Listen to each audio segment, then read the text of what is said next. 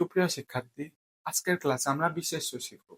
যেসব শব্দ দিয়ে কোনো কিছুর নাম বোঝায় তাকে বিশেষ্য বলে। বিশেষ্য 6 প্রকার। আজকের ক্লাসে আমরা 4 প্রকার সম্পর্কে জানব। 1 নম্বর হচ্ছে নাম বিশেষ্য।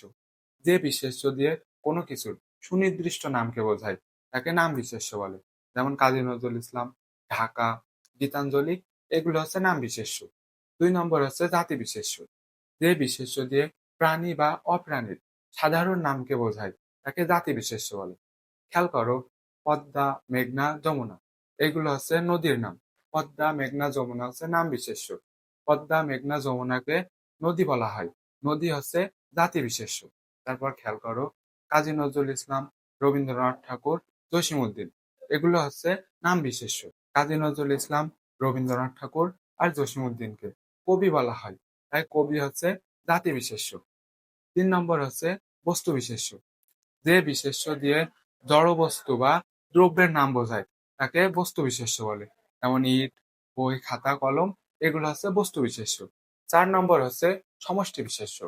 যে বিশেষ্য দিয়ে ব্যক্তি বা প্রাণীর সমষ্টি বোঝায় তাকে সমষ্টি বিশেষ্য বলে। যেমন দল, পরিবার, মিছিল এগুলো হচ্ছে সমষ্টি বিশেষ্য। পরিবার 4-5 জন মিলে কি পরিবার গঠিত হয়, তাই পরিবার হচ্ছে সমষ্টি বিশেষ্য। ধন্যবাদ সবাইকে। দেখা হবে আরেকটি ক্লাস নিয়ে।